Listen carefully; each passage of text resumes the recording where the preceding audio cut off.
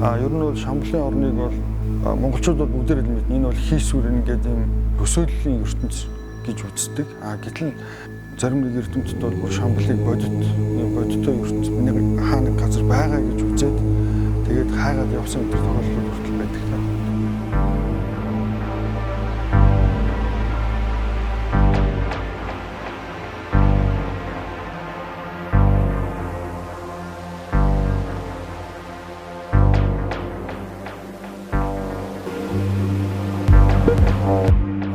Миний энэ үзэсгэлэн болохоор яг миний бие даасан үзэсгэлэнгийн хувьд бол 2 дахь үзэсгэлэн маань болж байгаа. Тэгээд 10 хэдэн жилийн дараа ер нь бие даасан үзэсгэлэнгээ гаргаж зөвхөн өөрийнхөө ажлуудыг ингээд нэг танхимд байрлуулад хараад зураачийн хувьд одоо яаж өөрчлөгдөж чинь хувьсж чинь гэдэг тэр одоо байдлаа харж мэдэрч байгаагаараа бас миний хувьд бас онцлог баг.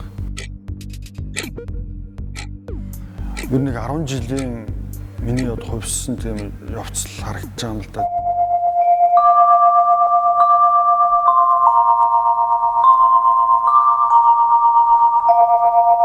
Манай аав өөрөө юм цэргийн хүн байсан.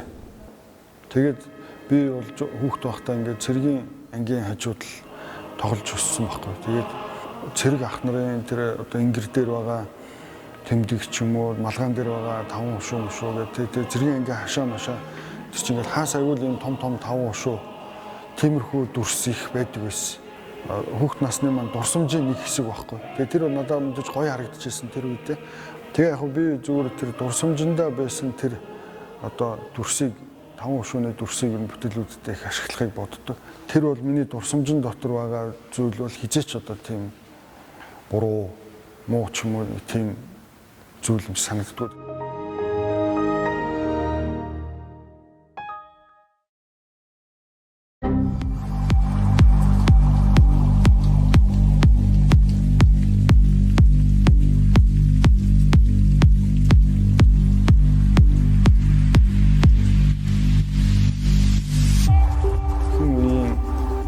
Ажлууд маань бол илүү одоо 2 хэмжээс 5 дахь дээр хийжсэн тийм будгаар хийжсэн тийм ажлууд байсан. Сүүлийн үеийн ажлууд маань арай илүү одоо холимог шин медиа туршиж үзсэн тийм эрэл туршилтууд маань бас байдаг.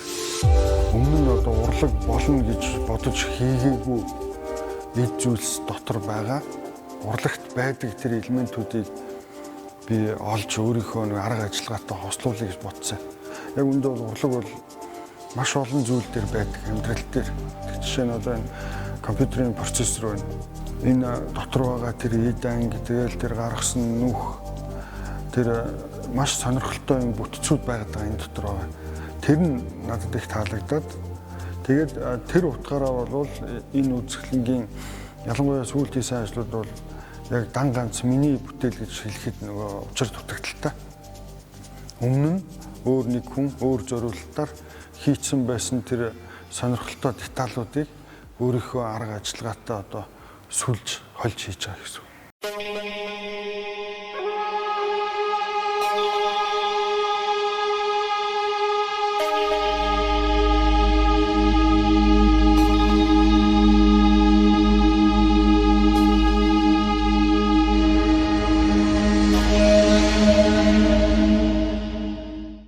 Миний сүүлийн үед хийгээд байгаа энэ холимог тэгээд энэ 3 хэмжээст гэж болох ийм ажлууд бол ассембляж гэдэг төрөлд орох болов гэж би бодож байна. Тэгээд ассембляж гэдэг бол contemporary урлагийн нэг төрөл. Заавал нэг юм зураг тэгээд хавтгай дээр байгаад ийм жазтай музей галерейд байдаг тийм зүйл биш. Зарим урлагийн бүтээл бол маш санамсаргүй газар мазар энэ байрлуулсан байдаг. Тэгээд илүү орчин үеийн маягийн тийм шийдлүүд рүү ороод ирэхээр тэр шийдлээ дагаад материал айгүй чөлөөтэй болж эхэлж байгаа. Зарим бүтээлийг хооронд нийлүүлээд наажуулж, хадаж уулж.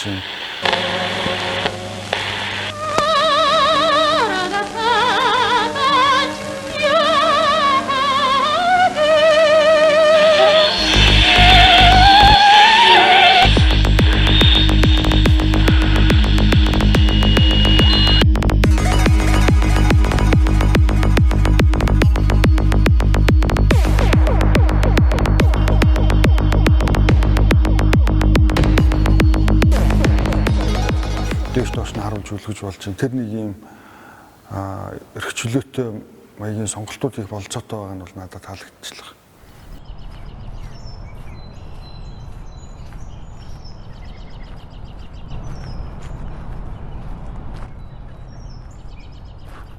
Маш олон янзын тийм нуугдмал тийм тайлбарлагдах боломжууд ингээд бүтээлд шингээтэй байдаг. Тэгээд тэрийг бүтээлч өөрөө ингээд шууд санаагаа хэлээд тулгаад ингээд яачаар тэр цаад олон хүн олон янзаар ойлгож болох байсан тэр боломжуудыг ингээд хааж байгаа юм шиг надад бас тийм сэтгэл төрдөг. Тэгээд тийм болохоор уламжлалт тийм символик тайлбар хийхийг хүсдэг.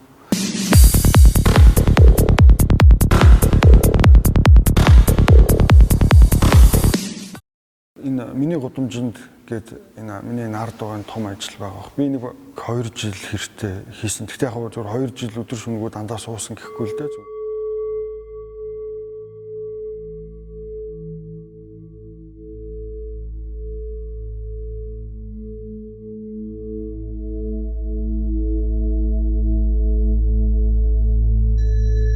Надад нэг ийм бодол төрсөн. Яг энэ бүтээл энэ зургийг хийж авах үед ер нь урлаг бол өөрөө ингээд бодит хийсвэр гэсэн 2 юм ерөнхий том одоо айс хав байна. Тэгэхээр хийсвэр сэтгэлгээ гэдэг бол өөрөө явж надад шашинтай их ойр санагдсан. Лам хүмүүстэй, бясалгал хийдэг хүмүүстэй тэгээд одоо манай бурхны ном үлгэр домог энэ өөрөө тэр чигээр юм хийсвэр сүрээлист ертөнц байдаг. Тэгэхээр лам нартай ярьсан нь илүү сонирхолтой юм уу гэд би нэг тэр үед нэг ламтай ярьж байгаа тэгж бодож ирсэн. Тэгээд тэрийг бурхны шашны шамбал гэдэг ойлголтыг абстракт зурагтай одоо яаж холж нийлүүлж болох уу гэж бодвол тэгээд ер нь яг уран бүтээлчийн хувьд ч гэсэндээ ер нь нэг бүтээлч ингээд нэг юм ирж хаагаад тэгээд тэр явцдаа нэг юм олоод тэрийг санаагаа боловсруулад тэ бүтээл болгоод гаргаж байгаа энэ явц өөрөө бас бурхны шашинд байдаг энэ шамбал тэр нэгчингийн орон ариун номын оронд хүрэх тэр нэг гэгэрх энэ төр гэдэг ойлголттой бас төстэй санагдаад байна надад.